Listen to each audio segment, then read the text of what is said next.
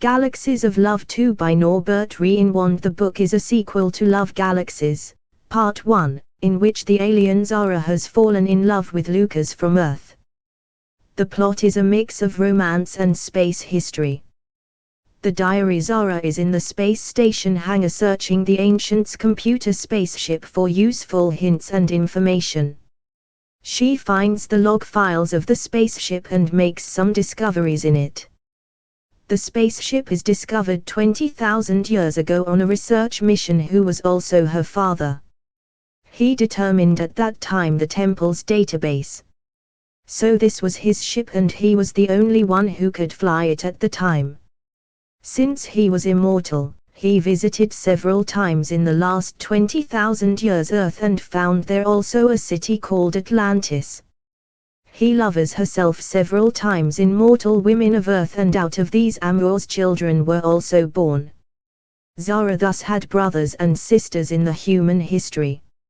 Also, the database also contained the history of the city of Atlantis and more stories of love. Or like her father always said, Galaxies of Love. Her father also wrote a diary with entries from the last 20,000 years contained. Zara wanted to know more about her father's visits to Earth and started reading. Chapter 1, 1969. The moon landing. I came to Earth 3 months ago to walk this planet, explore. I disguised myself as a human and found an apartment in New York rented. I tried to adapt and understand the culture, but it wasn't easy. I often felt lonely and alien. That changed when I met her. Her name was Anna and she was a journalist for a newspaper. She was beautiful, smart and vivacious. She had a smile that was mine, made the heart beat faster. She was also fascinated by outer space and often wrote articles about space travel. She was the first person to tell me that felt welcome. We met by chance in a coffee shop when she and I ordered a coffee standing next to her. We got talking and realized that we had a lot in common. She told me about her dream of one day seeing the moon sea. I told her about my interest in the Earth and her secrets. We exchanged phone numbers and made an appointment for the next day. We spent a lot of time together and got to know each other better. We went to the cinema, to the museum, to the park. We laughed, talked and held hands. I felt something change inside me. I didn't feel more like an alien but like a human. I felt happy. The 20th of July, 1969 was a special day for both of us. It was the day of moon landing. We sat together in front of the TV and watched Neil Armstrong took the first step on the moon. We cheered and hugged us. Anna cried with joy and told me that this was the most beautiful moment of her life. I told her that it was the most beautiful moment of my life. We went outside and looked at the moon. He shone brightly, night sky. Anna took my hand and led me to a quiet place under a tree. She looked me in the eyes and told me that she loved me. I told her I loved her too. We kissed under that starry sky. I didn't know how long this moment would last. I didn't know if I could ever tell her the truth about me. I didn't know what the future would bring. But at that moment I was happy. Chapter 2, 1989. The wall falls. I hadn't been on Earth for a long time. In 1945 I was in Germany as I witnessed the devastation of World War II. I wanted to see how people had changed, whether they were more peaceful and had become happier. I chose Berlin as my landing place because I had made some friends there back then. It was the 9th of November, 1989. I was walking the streets of East Berlin and felt a strange tension in the air.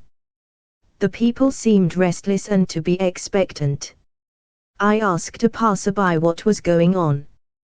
He answered me that an important press conference would be held today, in which should be about freedom of travel.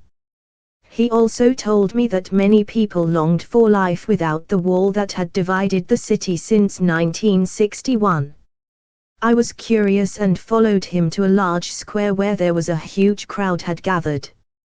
They held up banners and shouted slogans like "We are the people" or "The wall has to go." I felt hers hope and courage. I admired her fight for freedom. One young woman caught my eye among the demonstrators. She had blonde hair and blue eyes and wore a leather jacket and jeans. She was beautiful and lively. She smiled at me and waved at me. I immediately felt for her attracted. I pushed my way through the crowd and faced her before. She told me her name was Anna and that she was a student. She told me about her dream of one day traveling the world and other cultures get to know. She asked me where I came from and what I was doing here. I didn't lie to her.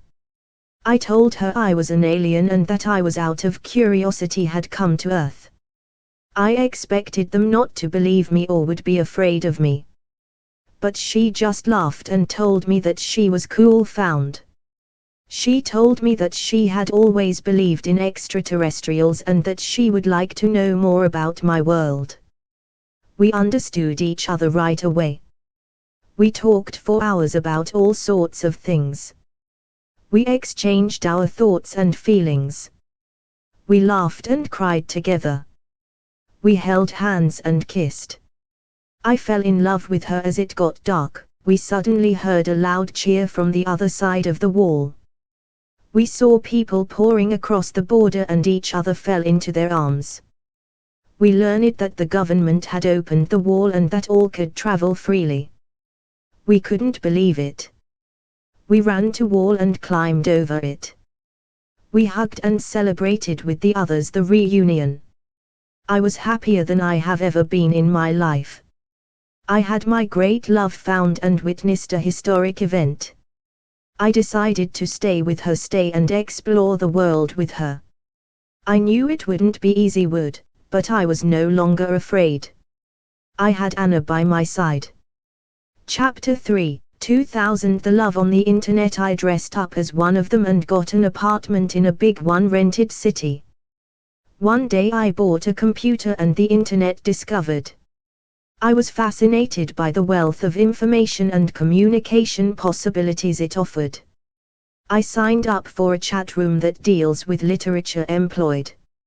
I love books and stories, they help me to be human, better understand culture. That's where I met her. She called herself Luna and was a young woman from another country.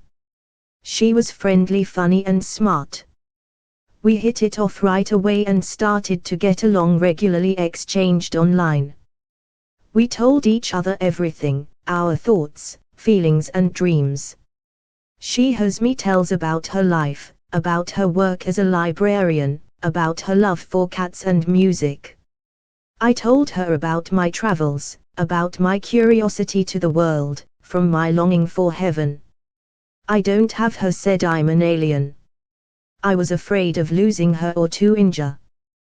The more we wrote, the more I became attracted to her. I felt a deep connection with her, a kind of magic I've never felt before, had experienced. I fell in love with her. I wanted to see her, touch her, her kiss. But I didn't know how to tell her. And I didn't know if they would accept me if they found out the truth about me. One day she suggested that we meet. She told me she was going on a trip to my city and that they would like to get to know me personally. She told me she loved me. I was over the moon and scared at the same time. I did not know what I should do. Should I mean her, reveal true identity? Should I confess my love to her? Or should I avoid her and forget her? I chose the latter. I stopped replying to hers news. I deleted my account in the chat room. I packed mine things and left the Earth. I returned to my planet where I was alone and sad. I still regret my decision to this day. I miss her every day. I ask me often what has become of her. Is she happy? Does she still love me? I don't know if I will ever go back. but I know that she will always be in my heart. Chapter 4, 2001. The catastrophe. I wanted to explore and understand this world, but I wasn't into it prepared what I saw. On the 11th of September I was in New York City and watched the people working in the skyscrapers. Suddenly I heard a loud bang and saw a huge ball of fire coming out of one of the building come. I was shocked and confused. What happened? Who had that done? Why? I followed the crowd pushing into the street and saw a second plane crashed into the other building. I felt the fear and horror of the people around me.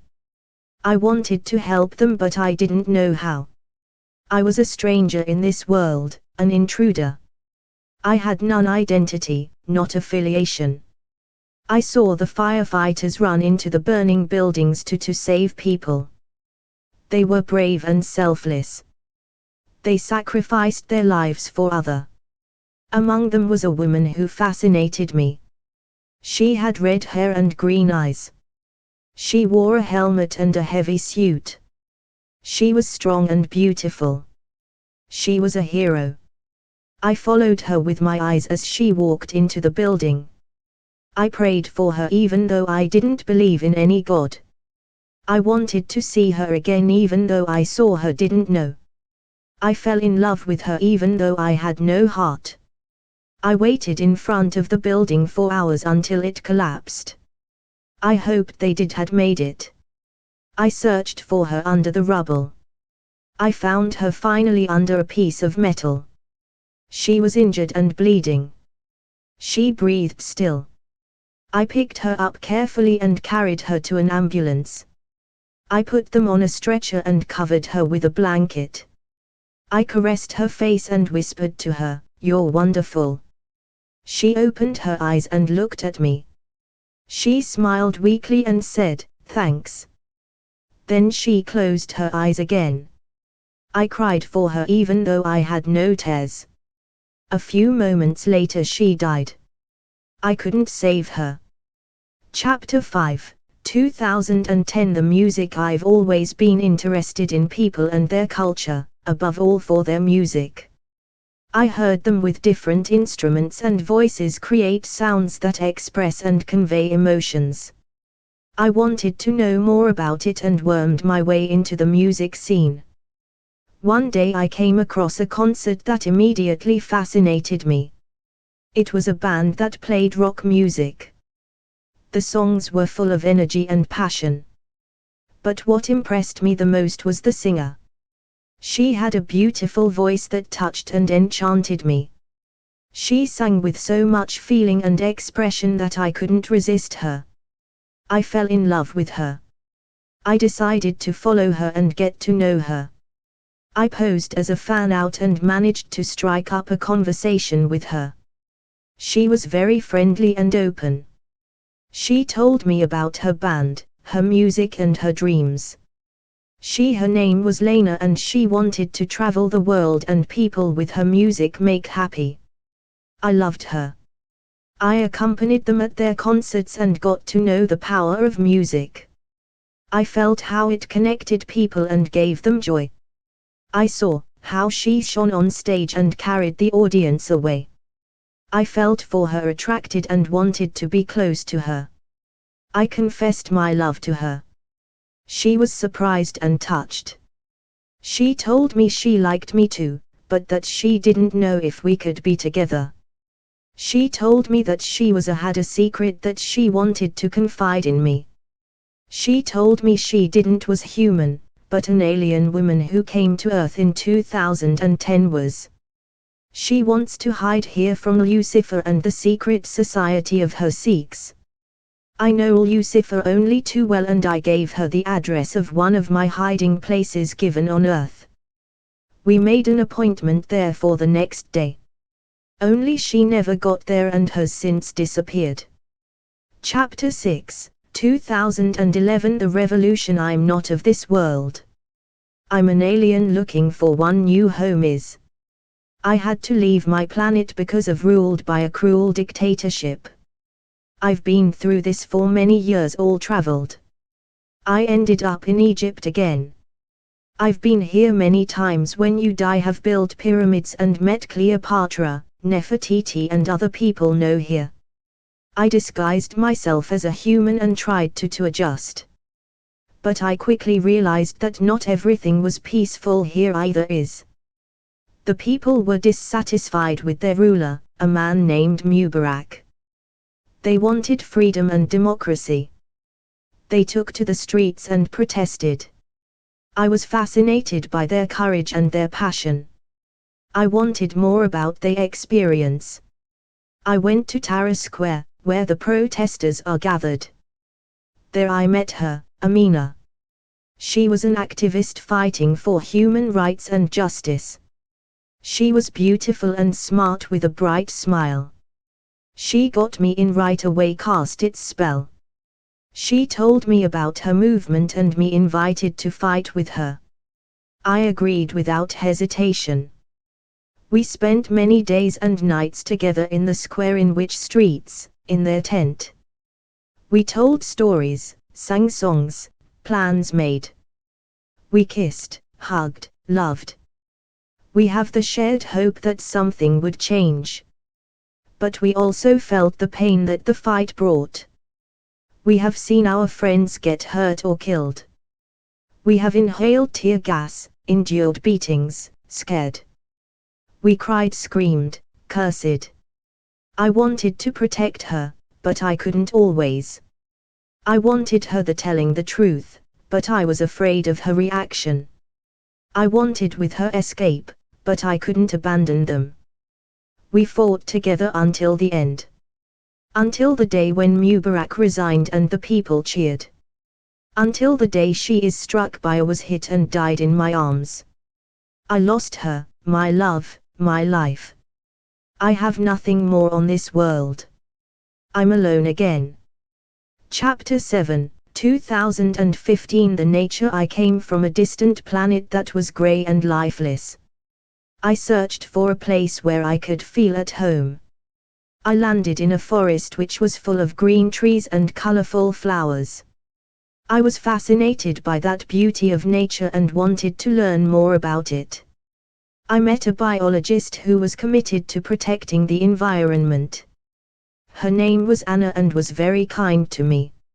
She explained to me that the Earth is a planet with many different life forms, all interconnected. She showed me the diversity of life in different ecosystems, the ocean, the desert, the mountains, the rainforest. She also taught me the names and characteristics of many animals and plants. I fell in love with Anna and she with me. We spent a lot of time together and explored nature.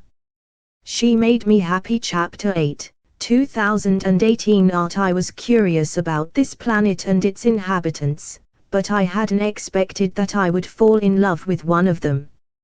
Her name is Lena and is a painter. She enchanted me with her pictures that express so much and have emotions. She tells me stories about her childhood, her dreams and their fears. She invites me into her world, which is so different from think. I've never painted, but she teaches me how to mix colors, brush guides and creates forms. She tells me that I have my own creativity, should discover, and that there is no right or wrong in art. I am fascinated by this freedom and this pleasure.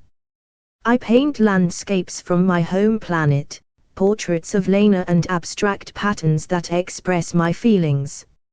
Lena praises my talent and tells me that she loves me. I'm happy with her, but I also know that I can't stay here.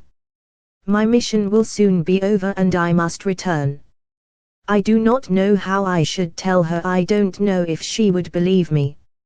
I don't know if she would come with me. I do not know what to do. Chapter 9, 2020. The pandemic. I wanted to explore and understand this world, but I didn't expect that I would fall in love with one of its residents. Her name is Anna and is a doctor who works in a hospital and takes care of the infected. The Earth has been hit by a pandemic that is affecting many, makes people sick and lonely. I admire Anna for her courage and their dedication to helping others. I pretended to be her colleague and supports her in her work. I didn't tell her I was from one other planets because I'm afraid of losing them. But I feel that she feels something special for me. We often laughed together and cried, comforted and encouraged us.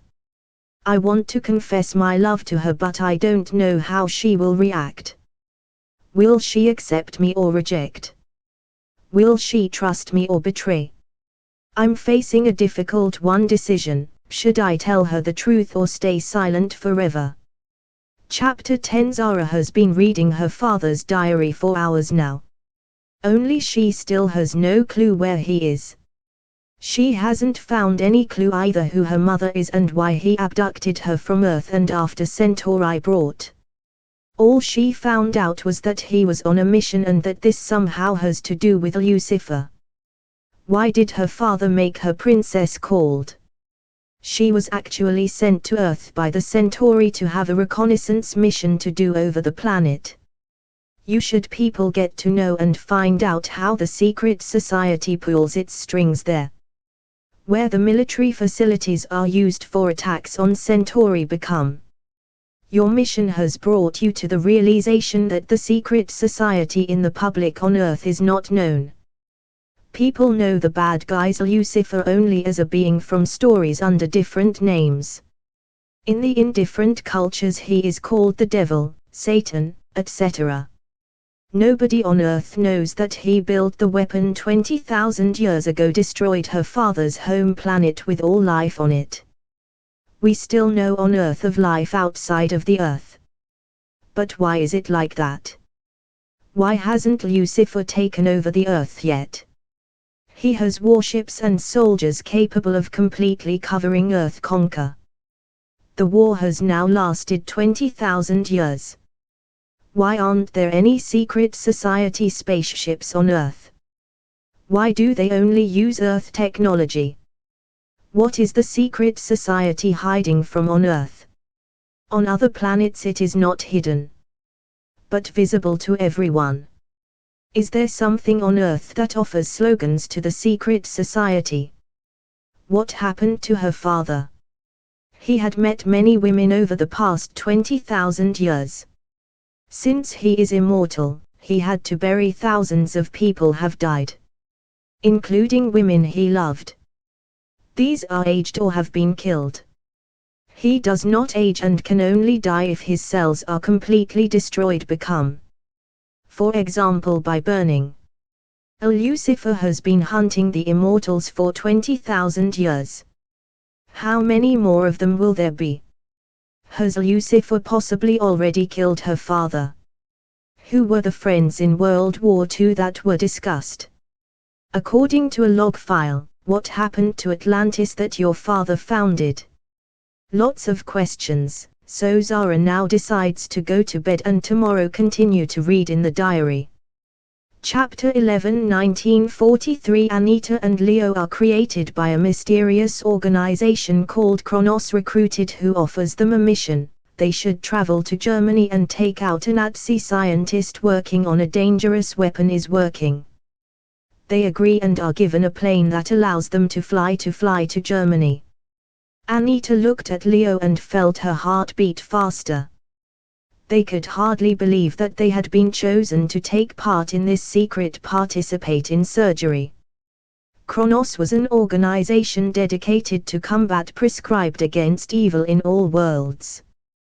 They had Anita and Leo contacted because they both possessed special abilities. They were now standing in front of a small plane, an old propeller plane. The pilot was a man in a leather jacket and aviator goggles. He smiled at her friendly and said, "Welcome aboard, agents. My name is Maximum. I will take you to Germany. There you will be met by another receiver Kronos member who will give you more details about your mission becomes. Are you ready?" Anita and Leo nodded and boarded the plane. They sat down side by side in the rear seats and buckled up. Max started the engine and taxied towards the runway. Anita felt Leo take her hand and squeezed. She looked him in the eye and said, "I love you, Leo. No matter what happens, we can do this together." Leo kissed her softly on the lips and said, "I love you too, Anita. You are my star in the dark. We will fulfill this mission." Chapter 12. Anita and Leo looked around nervously as they got off the plane. She had just made a trip to visit a famous scientist friend who was working on a secret formula that would change the fate of the war. Could change. They had pretended to be a married couple and had an apartment rented near the scientist. They hoped that he would help them would steal the formula and take it to safety. They carried suitcases with clothing and documents that they had received from a resistance fighters had received. You had to be careful because they knew the Gestapo were looking for them. You've had several agents turned off who had followed them. They did not know how they discovered had been made, but they suspected that someone had betrayed them. They went to her apartment and closed the door behind them. They breathed relieved up. You were safe for now. They decided themselves to rest and make a plan. You had to be the scientist contact and gain his trust. They didn't know how to react if they told him the truth. Maybe he would believe them, maybe he would think they were crazy, or worse, spies hold. They looked at each other and smiled. They were a good team. They loved each other and trusted each other. They had had many adventures together since they met in the British military. You were ready for this next. Chapter 13. Anita and Leo learn that the scientist is working on a rocket that to be equipped with an atomic explosive charge. You decide to take him, kidnap him and take him to a secret meeting place where Kronos will find him wants to pick up. So they set out to meet Dr. to find a wreath. They had found out he was on a remote base called Luna 5, stopped where he was working on his rocket. They had themselves as technicians disguised and invaded the base. You had Dr. Wreath in his labor, surprised and incapacitated him with a tranquilizer gun. Then they had loaded it into a truck and started. They didn't know where to take him. Kronos only had them told that he would give them a secret meeting place once they got in. Security were. They hoped that she would keep her word and that she would soon could return to England. Your action was covered and so there was only one possibility. Full throttle and through the gate. The bullets from pistols and rifle fire riddled the truck. But the three suffered no injuries. So lead them as quickly as possible along the country road until they come to a river came. There they sank the truck in the river and covered their tracks and laid a false trail. To make it look like the truck drove further south. The three ran a few kilometers further and hid out in an old village house by the river that was uninhabited. Chapter 14. They lay side by side on the bed and looked into each other's eyes. Anita felt her heart beat faster as Leo took her hand and she gently kissed. She had never felt anything like this for anyone. He was her partner, her friend, her lover. He was the only one who understood her and who helped her overcome the horrors of her past. Leo, she whispered. I love you. I love you more than anything on this world. I love you too, Anita, he replied. You are my light, my life, my hope. You are the most beautiful woman I have ever seen. She snuggled up to him and felt his warmth and his breath on her skin. She thought of all the adventures they had had together. As met on the Africa Corp operation, how they were used by the Nazis, had been captured, how they had escaped from their captivity and how they finally ended up on this mission. They had so much went through, but they had made it. They had found each other. What will become of us? She asked softly. We will stay together, he promised. We will fulfill our mission, and then we will find a place where we can be happy. A place where we are free. She smiled and kissed him again. She believed him. She believed in her love. She believed in her future. The next day they try to get to a secret safe house to use the radio there. The whole way Amak there seems to be looking for them and stuff. They decide to go into the village only under the cover of night. So they do not to be covered. Soldiers continued to search for the truck the following night. But under the cover of night they reached the safe house with the hidden man radio. They tuned into the frequency and transmitted a code word: "We have the potatoes ready now, please pick them up from Ernst in the village miller." What was the secret code for a successful mission? Then an answer came: "At the moment we don't have a truck to get the potatoes. Please take your tractor to our warehouse in Berlin, Castle Street 21. It was clear to them that it wasn't a good idea to go back to Berlin. But they probably had no other choice. And so they made their way back to Berlin. Chapter 15. Anita and Leo had sneaked through the dark streets of Berlin, to take the scientist to the rendezvous point where they are told by Kronos were expected. They had hoped that Kronos would help them getting scientist to safety and completing his rocket that herald a new era in space travel. But when they arrived at the warehouse, they were met by armed men in black receive uniforms. They recognized the symbol on their armbands, on swastika in the middle. Kronos wasn't the secret resistance group they claimed to be, but a fascist organization that wanted to change the world. They wanted to force the scientist to complete rocket for them and use it to destroy the Allies. They are planning a nuclear attack on the major cities of the Allies around the help the secret society to victory. The Nazis are for them two henchmen. You serve a guy who calls himself Lucifer. Anita and Leo had fallen into a trap. You had to find a way to escape and rescue the scientist before it was too late. Chapter 16. Anita and Leo were locked in a cell. They had no idea where they were or how long they had been there. They only knew that they were from Kronos had been captured and tortured. Kronos was a powerful soldier who had a secret mission. He wanted the story of altering Earth by manipulating various historical events. So he had given the Nazis information about advanced technologies should change the course of history. Blueprints for airplanes themselves could reach space. But he needed a scientist who could give him access to an atomic bomb. And this one scientist was none other than Raina. Anita and Leo had gotten to know Raina better over the past few days. She learned from him that he was working on a secret project called the Great Firework, which is an atomic fire roller within a radius of 200 kilometers, all life destroyed, and he does not find this right. He wanted his job destroyed, but the Nazis force him to continue this. He told them also from his wife Maria and their polyamorous community in Berlin.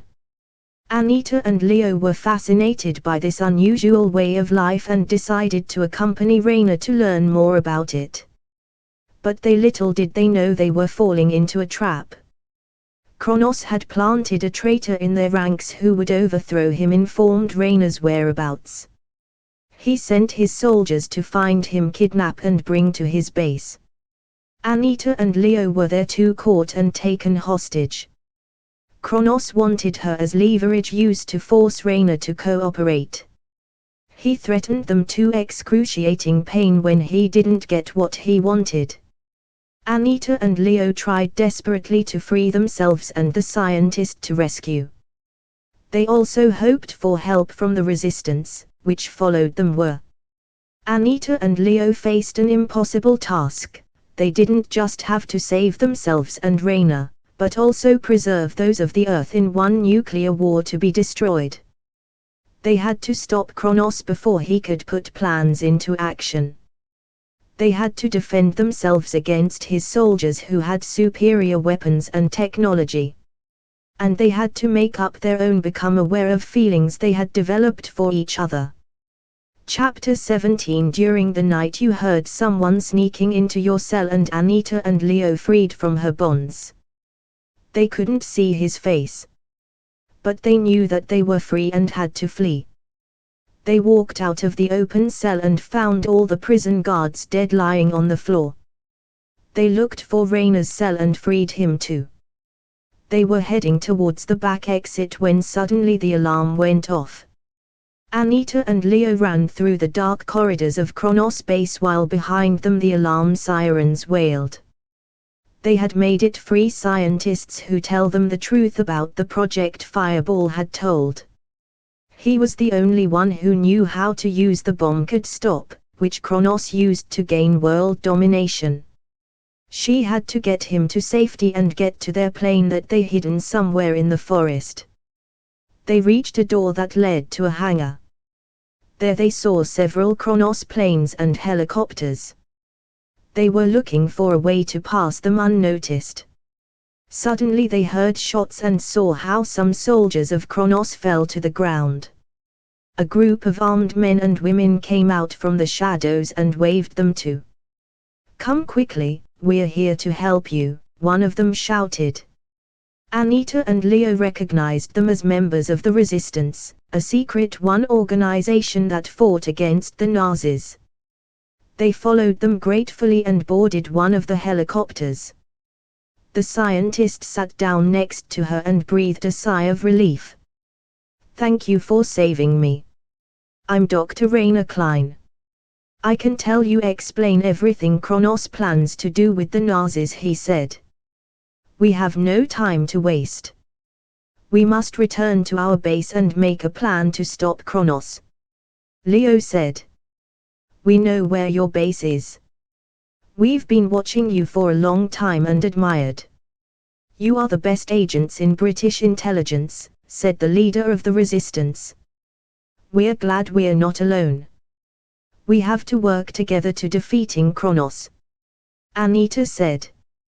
The helicopter took off and flew towards their base. Anita and Leo felt a new hope in their hearts. They did not know what the future would bring, but they knew that they loved each other and that they were ready to fight for her love. Chapter 18. They reached the hangar where their plane was parked. You saw how several Kronos agents tried to start it. Anita and Leo opened the fire and put them out. They ran to their plane and boarded it. The scientist was already on board and waiting for them. He thanked them for their salvation. "No problem," said Anita. "We're glad you're safe. We have to get out of here quickly," said Leo. "Kronos will soon realize that we are here." He started the plane and flew out of the hangar. He saw that on the radar several Kronos hunters followed them. "Damn," he cursed. "They discovered us." "Don't worry," said Anita. "We still have a trump card up our sleeve." She grabbed a button and pushed it. An explosion shook them Kronos base. The leader of the Resistance had planted a bomb that destroyed the entire facility. They irritated the interceptors that started so much that they went back, flew to repel an attack on their base. "That's it," said Anita. "We stopped Kronos. For now," Leo said. "But we must remain vigilant. You will not give up." "Nor will we," said Anita. "We have something they don't have." "What is it?" asked the scientist. Anita smiled and kissed Leo. "Love," she said. Chapter 19. Anna and Leo had made it. They had the nuclear weapons and missiles destroyed by the evil secret society with the help of the Nazi government on their wanted to fire home. They had formed with the Resistance fighters allies who had helped them destroy the secret base. She had fallen in love. And now it was time to say goodbye. "Thanks for everything," Anna said to the leader of the Resistance fighters, one man who was out of this world. "We wouldn't have it without you, Dun." "No, thank you," replied the leader of the Resistance. "You have us showed that there is still hope. That love is stronger than hate. that we are not alone in the struggle against tyranny. He hugged them both and put a small crystal in their hands. There is a secret in this crystal. Take it to safety. Maybe he will help you in the future to prevent further attacks. Anna and Leo nodded and put the crystal in their pocket. They went to their plane, which they had borrowed from the resistance fighters. She got in and closed the door. "We will never forget you," said Leo, and started the engine. "Neither do we," Zork said, waving goodbye. Anna and Leo smiled at each other and kissed. They were happy. She had a future together. They took off. Little did they know that something had gone wrong. Because the plans of nuclear weapons had been stolen. A traitor among the Nazis had them sold. And now they were in great danger. Because the knowledge of nuclear weapons ended up in the hands of governments on the whole world. In 1945 the first atomic weapons were found on Hiroshima and Nagasaki, dropped, and people had more in a short time nuclear weapons than it would take to destroy the entire planet. But what was that crystal? For a few years, the two had no idea what the function of the crystal was. Not until one day it started to glow. The crystal was a nuclear weapons detector. The closer you got to a nuclear weapon, the brighter it glows.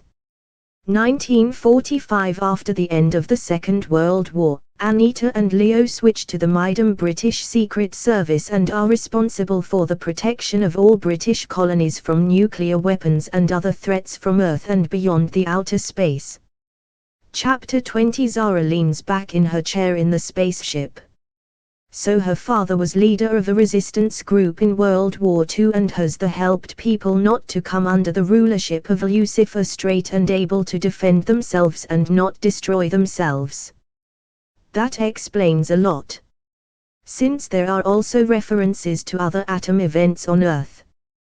There is even a map showing today's location of all nuclear power plants, nuclear weapons, and even the exact location of each secret nuclear submarine and other weapons of mass destruction. The spacecraft also appears to have access to Earth's entire internet. Although we may be millions of kilometers from Earth, read the New York Times website for today's news or watch the latest videos on YouTube. Even if they were just a few years ago, seconds were published. Thus, the ship must have a data system feature that can send data in the galaxy several times faster than the light. Faster than any fiber optic system on Earth or Centauri used. The spaceship is 20,000 years older than the ship that brought them to Earth was embroidered. But still far ahead of what they are in terms of technology Sun saw on her travels. What happened to the ancients? She has never seen a living ancient, just have them on all worlds who visited them left artifacts. Only people with ancient gene can use these if they have a 25% ancient DNA. So you and your father are probably descendants of the ancients.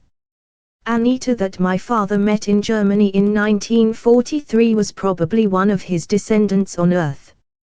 Otherwise she would not have used the crystal skillfully. But why did he call me princess in the temple, and why did he have me led to his spaceship? I'll go to sleep first and maybe I'll find the Atlantis history a clue. I'll read the database tomorrow. Atlantis 9600 BC. Zara had already heard some legends about Atlantis. A progressive one city destroyed by a flood. The ancient Greeks mention these cities in their records. Also the Egyptians and all the peoples of the Mediterranean area lived. Even the Old Testament speaks of the flood and Noah's Ark, a ship. 9600 BC there was no Mediterranean Sea. It was a great deep valley. So there were rivers in this region like the Nile. There were no seaworthy ships. Because there was no sea. Not until the European and African plates between the present ones Spain and Morocco is broken the valley was flooded and the current Mediterranean Sea was born. All life in this valley, which was 2.5 million square kilometers in size, became flooded within a day. This was such a big natural disaster which even today still covers underwater cities in the Mediterranean Sea. Was it really a natural disaster, or did someone rupture the landmass made between Europe and Africa in an unnatural way? Chapter 21. Lena and Prince Andros sat next to each other in the spaceship that they from Antarctica should bring to Earth. They got away from their parents and friends, bid farewell, who wished them good luck in their mission.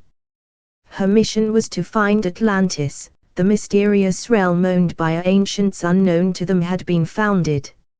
Atlantis was the key to an ancient mystery that could determine the future of the ancients. The ancients were the most advanced civilization in the galaxy, but they were on the brink of extinction. For millennia, all males have been ancients, barren and unable to produce offspring. The ancients were though immortal, but they became fewer and fewer because they were being hunted by their enemies became. The worst of them was Lucifer, an evil ancient who was killed by a failed experiment, had turned into a monster. He had many of his killed fellows and sworn to destroy all others as well. Lena and Prince Andros were siblings and true ancients. It meant that they had special abilities that set them apart from others, differentiated from antiques. They hoped that these skills would help them would discover Atlantis and defeat Lucifer. They were accompanied by a friend of Andros's, the pilot Zane. Zane was not an ancient, but a human. He was an adventurer and space traveler who had visited many planets. He had Andros on met one of his excursions and became friends with him. He had agreed to fly them to Earth and follow them in their quest to help Atlantis. Lena liked Zane very much. He was funny and charming and told her many things, exciting stories from his travels. She felt how he sometimes secretly and smiled. She was attracted to him, but she knew not sure if she could trust him. She also didn't know how Andros would react if he found out about her feelings. Andros was very protective of his sister and distrusted people. The spaceship approached Earth. Lena looked out the window and saw light up the blue planet in front of you. She felt a mixture of curiosity and fear. What would she expect there? Would they find Atlantis? Would they meet Lucifer? Would they be able to complete their mission? And what would become of her and Zane? Chapter 22. They had been on the road for a long time when they finally reached the end of their journey. They land in a hidden port near Atlantis and become received by a group of guards. You learn that Atlantis from ruled by a strict queen who has no contact with other worlds permitted. You have to pose as a merchant to get into town. You are curious about the legendary realm. You've heard that Atlantis is a paradise, is full of flowers, fruits and forests, crossed by rivers and ponds. You have also heard that temples and royal houses are made of silver and gold shine and the harbors are full of merchants. You want more about learn the history and culture of this mysterious civilization. But they also know they have to be careful. Atlantis is one powerful civilization that has already conquered many countries. The Queen is suspicious of strangers and does not tolerate interference in their affairs. If discovered, they face death or death slavery. They must hide their true identities and surrender to customs and adjust customs of Atlantis. They hope to find an opportunity to learn more about Atlantis soon experience. They also hope to return home soon can. Because they sense that something ominous is in the air. You feel that Atlantis is about to sink. Chapter 23. They had been on the road for a long time when they finally reached the city. It was a magnificent metropolis built on an artificial island in the sea had been. The buildings shone in all colors of the rainbow and seemed to come from a dream. You couldn't believe she were here, in the legendary city of Atlantis. They decided to explore the city and learn more about its culture and to learn history. They were fascinated by the many miracles that they saw. There was a huge crystal enthroned in the center of the city, and when energy source served, he radiated a soft light that shone through the entire city fulfilled. They learned that the crystal was a gift from the god Poseidon, to whom the city was dedicated. They also visited a temple dedicated to the god. He was outbuilt of white marble and had a large dome depicting the sea. In the center stood a statue of the god holding a trident.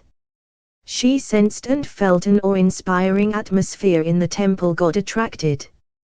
They also met some townspeople who treated them differently. Some were friendly and curious and loved to tell them of her city and her life. Others were suspicious and dismissive and wanted nothing to do with them. They learned that the city already had often been threatened by invaders and that many Atlanteans were ahead feared strangers. They spent a few days in the city and enjoyed their time there. They learned much about Atlantis and its mysteries. They also felt more and more attracted to each other and felt a deep connection between them. She didn't know if it was the crystal or the god or something other things, but they knew they were in love with each other. Chapter 24, Lena could hardly believe it. She was in Atlantis, the legendary city that she only knew from stories. How did she get here? And why did she feel so strange? She remembered the moment she touched the crystal. He was being hidden in an old cave that she is exploring with her friend Tom had. He had shimmered so beautifully that she could not resist. Barely once she took it in her hand, she felt dizzy and a lancinating pain in the forehead. Then everything went black. When she came to, she was lying on a soft mattress in a round space. The walls were made of a bluish metal that glowed. A huge crystal hung from the ceiling, sparkling in all the colors of the rainbow. Next to her was a man with long blonde hair and blue eyes. He wore a white tunic and a gold belt. He smiled kindly at her and said something in a language she had never heard before. But to her surprise, she understood every word. "Welcome to Atlantis, Lena," he said. "I am Orion, the keeper of the crystals. You are the chosen one that the prophecy speaks of. You came to help us." Lena stared at him in disbelief. What prophecy? What help? She just wanted to go home to Tom and her normal life. But something inside her knew that wasn't possible anymore. She felt a deep connection to Atlantis and to the crystal. She felt also an attraction to Orion that confused her. She didn't know what it was all about meant. But she knew she wasn't here by accident. She was here for a reason. Chapter 25. You were nervous when you received the invitation from the Queen of Atlantis. She had heard so much about this mysterious world, but never had the chance to see them with your own eyes. They were also curious if here you could learn about the prophecy that said you were the chosen ones to save the galaxies from evil. They had no idea how to go about it, but you hoped someone could help. You put on your best robes and followed the Queen's messenger to hers palace. He was a young man with blue hair and scaly skin. He smiled at you kindly and told you about the wonders of Atlantis. They marveled at the colorful corals, the bright fish and the huge ones shells that served as doors. They arrived at a large gate that decorated with pearls and precious stones. The messenger knocked 3 times and the gate opened. They entered a magnificent hall decorated with candles and flowers. In the middle was a long table at which many guests were seated. She recognized some of them as the rulers of the other planets they are on met during your trip. They greeted you warmly and invited you to join them. At the end of the table sat the Queen of Atlantis. She was a beautiful woman with long blonde curls and silver hair crown. She smiled at you and waved at you. "Welcome to Atlantis, my dear guest," she said in a soft voice. "I am very pleased to finally meet you. I have a lot from you heard." "Thank you for your invitation, Majesty," you said politely. "I am very honored to be here." "Please just call me Lila," she said. "We're among friends here. I hope you enjoy the festival. We have many delicacies for you prepared." They sat down next to her and began to eat. The food was delicious as well, the conversations were pleasant. The Queen asked you many questions about your background, your adventures and your feelings. They answered her honestly and didn't notice how she was getting closer and closer to you. She touched your hand and saw deep in your eyes. "You really are something special," she whispered. "I feel a strong connection between us. Maybe we're made for each other." They felt flattered, but also a little uncomfortable. They did not know how to react.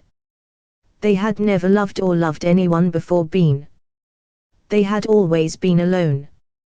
"That's very kind of you," you said cautiously. "But I'm here didn't come for love. I'm here for the prophecy." "The prophecy," she repeated with a mocking laugh. "Oh yes, the prophecy. The prophecy is nothing but a lie." They were shocked by her words. "How can you say that?" you asked indignantly. "The prophecy is ours only hope against evil." "The evil," she said scornfully. "Evil is just an excuse for them weak and cowardly who dare not pursue their own goals. The prophecy is only a snare for the foolish and naive who turn away from be fooled by false promises." She stood up and clapped her hands. "Enough, take them to their rooms." The guards took them to their rooms separately. Lena knew that didn't mean anything good. When she was in her room she tried to escape. Chapter 26, Lena felt her heart race as she walked behind the guards' herd. She ran as fast as she could, but she knew she didn't stand a chance. She had separated from her group when she tried to get out of the palace to flee. They had sneaked in to get the Queen's secrets reveal. But they had been spotted and now they were being hunted. Lena turned a corner and saw a door in front of her. She ripped them open and charged in. She closed the door behind her and leaned against it. She breathed heavy and hoped the guards wouldn't find her. She looked around and realized she was in a lab. Strange devices were everywhere, flasks with luminous liquids. In the middle of the room was a large screen showing a map of the galaxy. Lena slowly walked up to the screen and gently touched it. He reacted immediately and showed her a message. "Welcome to the secret laboratory of Orion." If you see this message, does that mean you're in danger? I'm a rebel against the Queen fights. I can help you, but you have to trust me. Follow the on-screen instructions and you will find an exit. Hurry you, because time is short. Lena couldn't believe her eyes. Who was this Orion? And why did he want her help? She didn't have time to think about it. She heard the guards banged on the door. She had to get out of here. She followed the directions the screen and found a hidden switch on the wall. She squeezed him and a hatch opened under their feet. She jumped in and fell in a slide. She slipped through a dark tunnel and ended up in a cave. She got up and looked around. She was alone or not. Suddenly heard she a voice behind her. "Hey, you're Lena, right? I'm Orion. I'm glad you made it." Lena turned and saw a man standing in front of her. He was tall and slim, had black hair and green eyes. He was wearing a leather jacket and a pair of black pants. He smiled at her and held out his hand. I'm here to save you. Chapter 27. Lena sat next to Orion in his spaceship and looked out of it in fascination window. She could hardly believe that she had flown off Earth and was now in another galaxy. She had so many questions for Orion that he had promised to explain everything to her. Orion, who are you actually? And what is your group? She asked, curious. Orion smiled at her and took her hand. I'm a resistance fighter, Lena. My group calls itself the Rebels. We fight the Queen of Atlantis that rules this galaxy. She is a tyrant, Lena. She oppresses the people with her army and misuses the crystal for their dark purposes. The crystal. What is that? The crystal is a powerful source of energy at the center of our planet lies. He is the source of all life in this galaxy. The Queen has it on cunning and uses it to increase her power. She wants everyone else conquer planets. That sounds terrible. But what can you do about it? I'm not alone, Lena. There are many other rebels like me who support her oppose. We have a secret base on a moon where we are hide and make plans. We also have allies on others' planets that support us. And what is your plan? Orion looked at her seriously and squeezed her hand tighter. We want the Queen fall and free the crystal. We want peace and freedom for all beings in this galaxy. That sounds bold. But how do you plan to do it? The Queen seems very to be powerful. She is too. But we have one advantage, you. Lena looked at him confused. Me? What have I got to do with it? Orion gently stroked her face and looked deep into her eyes. You are the chosen one, Lena. You're the one who can control the crystal. Lena felt a shiver run down her spine. She remembered that dream she had before Orion found her. She had one glowing crystal in her hand and heard a voice that spoke to her had said, "You are the chosen one." What do you mean? How do you know? She asked breathlessly. Orion smiled mysteriously. You'll find out soon, Lena. We're almost there. He pointed to the window, where Lena saw a large moon approaching them. This is our base, Orion said. There you will understand everything. He kissed her tenderly on the forehead and whispered, Trust me, Lena. I'm here to protect you. Lena felt a warm feeling in her heart. She didn't know what she was talking about all of this, but she felt a strong connection to Orion. She snuggled up to him and looked into his eyes. She was ready for whatever might come your way. Chapter 28. Andros and Zane searched for Lena. They hoped that she was still alive and that they would find her in time. Suddenly they heard a soft splashing from a clearing. They snuck cautiously closer and saw a small lake surrounded by colorful flowers. In the middle of the lake, an ancient stone pillar rose out of the water. On the pillar sat a beautiful woman with long blonde hair and a blue fin. She was a mermaid. Hey, you there! Andros shouted. Can you help us? We're looking for our friend Lena. The mermaid turned and smiled. I'm Nala, she said. I know Lena. She is a brave warrior. You know Lena? Zane asked in astonishment. Where is she now? Is she in danger? She's in the temple, Nala replied. The Queen brought her there. She wants to open the portal to another galaxy leads. She thinks he can gain more power there. The portal. Andros repeated. What is that? It's an old relic from a bygone era, Nala explained. It was created by the ancestors to connect the galaxies. But it is dangerous to use it. It can lead to chaos and destruction. How do we get to the temple?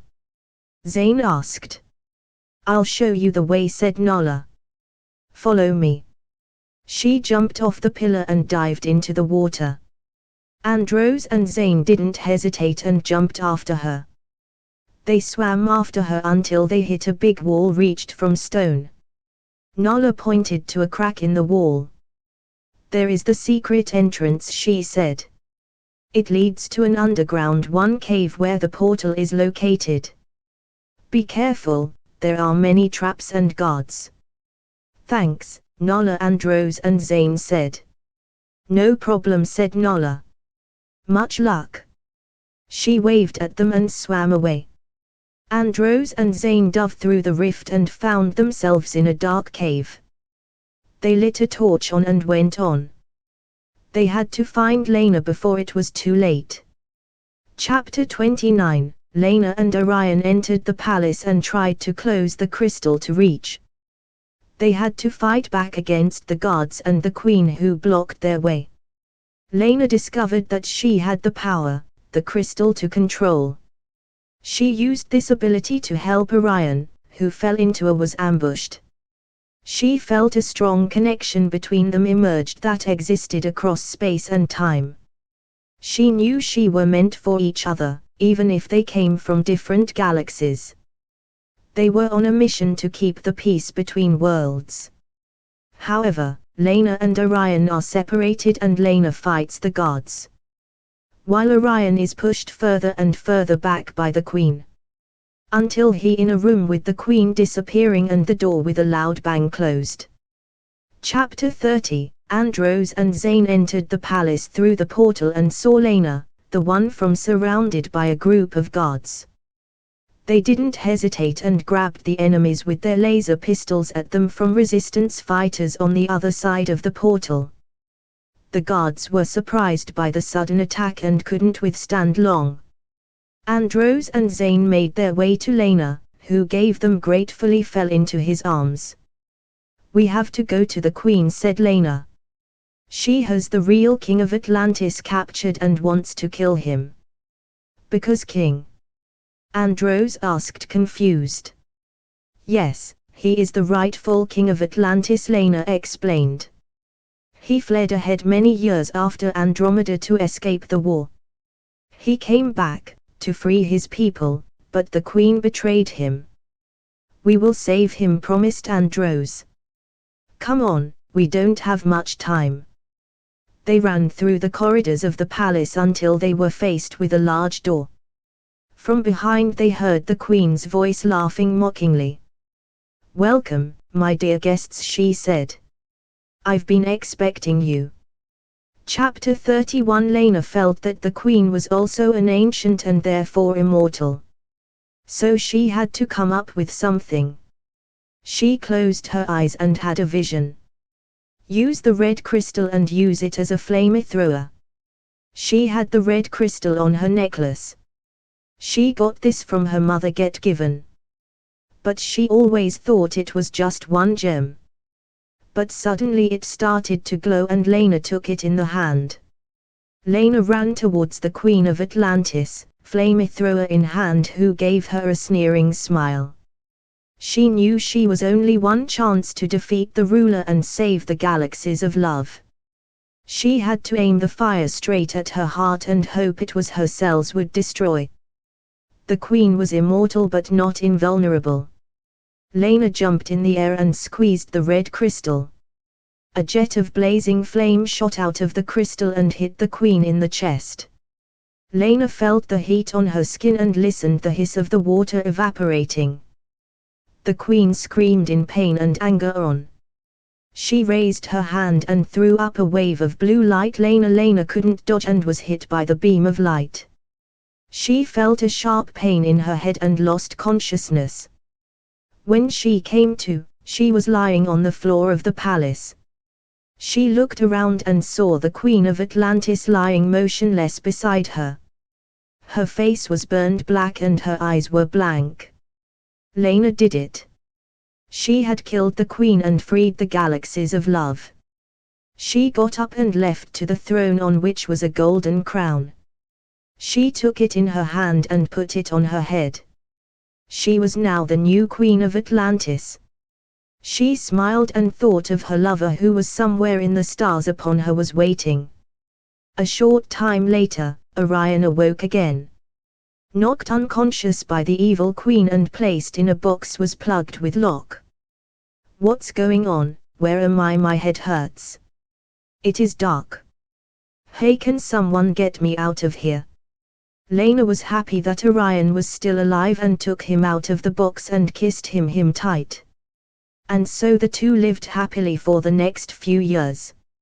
Suddenly something the unforeseeable happened. Lena became pregnant by Orion, and so this happened after more than 50,000 years. First newborn antique baby born. Zara, the princess of Atlantis. Lena and Orion knew exactly that they had to keep this a secret. Nobody must know about it. Otherwise Lucifer will hunt them down. So they decided to give Zara a new identity. Lena will return to Antarctica to find the last ancients there and to protect, and Orion will protect the galaxy here. They put this plan into action. They hid Zara in the galaxy so no one could ever find her. To avoid being discovered as an antique, they deleted theirs every 50 years memories and sent them across the universe. A short time later, Atlantis was destroyed by a flood. And the people of Atlantis went underground and are still alive, always there. But have been hiding from the people, and that ever since. Secret society. Probably related to the natural disaster which led to the sinking of the city in the floods. Chapter 32. Zara looks confused at the screen and reads the text that is there for the 10th time. Is there really the Zara, i.e. she herself, the daughter of Lena and Orion, is the only newborn ancient of the last 50,000 years? That would mean she has 100% ancient DNA and is immortal. Lives for 12,000 years and is sent on missions by her parents, and every 50 years their memory is erased. Zara asks the computer, will Zara's mind be erased every 50 years? And the computer replies, no. The data is going into a secret folder in the ship's database, saved and replaced with a new camouflage. Who has access to these files? Only Zara herself. Can you write them back into my brain? Yes. Should I write this back now? The computer asks. And Zara responds with yes. Thus the ship's computer writes all thoughts of the last 12,000 years back in Zara's brain. Suddenly she can remember everything again. Of her early childhood with her father Orion and her mother Lena. Of all the adventures you've had on your 12,000-year journey across the galaxy experienced. On the one hand, this made her happy. On the other side, tragic. Because that would mean that they didn't. Aging became. Luke will grow old and die. Will she survive her children too? Since they only have 50% of the ancient genes, and after their birth they are completely normal mortals. Zara decides not to tell Lucas about this discovery for the time being. Chapter 33. Final word. How will the story continue? Part 1 has 2 alternative endings at the end. These are still up to date even after Part 2. Winking smiley. Will Part 3 continue the story of Zara and Lucas or the children? Or are we going back in time? Will we learn more about the Guardians of the Universe? Are Orion and Lena still alive? Or did Lucifer find her? Is Zara the last living ancient? You will find out about this on Amazon and HasenChat Audiobooks when Part 3 of Galaxies of Love appears. Winking smiley. Best regards, Norbert Reinwand.